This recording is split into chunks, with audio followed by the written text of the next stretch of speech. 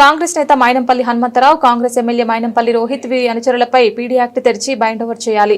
రేపు మా ప్రభుత్వం అధికారంలోకి వచ్చాక ఈ గూండాలను జైల్లోకి పంపుతామన్నారు ఆర్ఎస్ ప్రవీణ్ కుమార్. ప్రజల చేత ఎన్నుకోబడ్డ ప్రజాప్రతినిధులను కూడా ఈ రోజు వీళ్ళు బెదిరించే స్థాయికి వచ్చిండు. వీళ్ళ అనుచరులను ఉసికొల్పి వీళ్ళని బెదిరించే స్థాయికి వచ్చిండు. ఆయన కూడా పోలీసు శాఖ మిన్నకుండా ఉండడం కరెక్ట్ కాదు.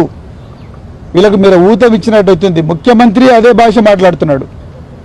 ఆయనే హోంమంత్రి మన దురదృష్టానికి. అదేవిధంగా ముఖ్యమంత్రి అండ చూసుకొని మైనంపల్లి హనుమంతరావు గారు, అదేవిధంగా వాళ్ళ కొడుకు మైనంపల్లి రోహిత్ రావు గారు విపరీతంగా గుండాగిరి చేస్తూ ఉన్నారు, భయపెట్టిస్తూ ఉన్నారు. పోలీసుల మౌనం సరికాదు. మీరు are not able to give confidence to the people of Telangana. If you can't tackle goondaism like this, then what is that you are going to assure to people of Telangana? అందుకొరకే మేము ఈరోజు మళ్ళొకసారి పోలీస్ శాఖకు రిక్వెస్ట్ చేస్తున్నాం. వీళ్ళ మీద రౌడీ షీట్లు open చేయండి, వీళ్ళని గుడ్ బిహేవియర్ కింద బైండ్ ఓవర్ చేయండి, అదేవిధంగా వీళ్ళని పీడీ యాక్ట్ కింద జైలుకు పంపించండి.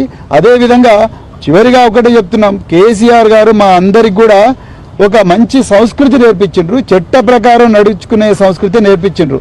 వీళ్ళలాగా మేము కూడా వీళ్ళ కాళ్ళు ఇరుగొట్టలేక కాదు.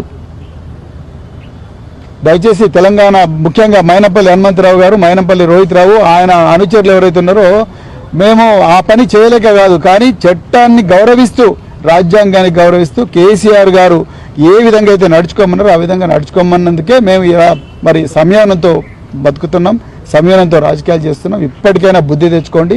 రాబోయే బీఆర్ఎస్ ప్రభుత్వంలో తప్పకుండా ఈ మల్కాజ్గిరి, మేడ్చల్ అయితే గూండాలు ఎవరైతే ఉన్నారో వాళ్ళందరూ కూడా తప్పనిసరిగా జైళ్లలో ఉండడం ఖాయం. జైళ్లలో ఉండడం మీరు ఎన్ని చేసినా కూడా మీకోసం ఒక ట్రిబ్యునల్ ఏర్పాటు చేసి జైళ్లలో పెట్టడం ఖాయం. అదైతే గుర్తుపెట్టుకోండి. ఇప్పటి నుంచైనా గూండాయిజం బంద్ చేసుకోండి.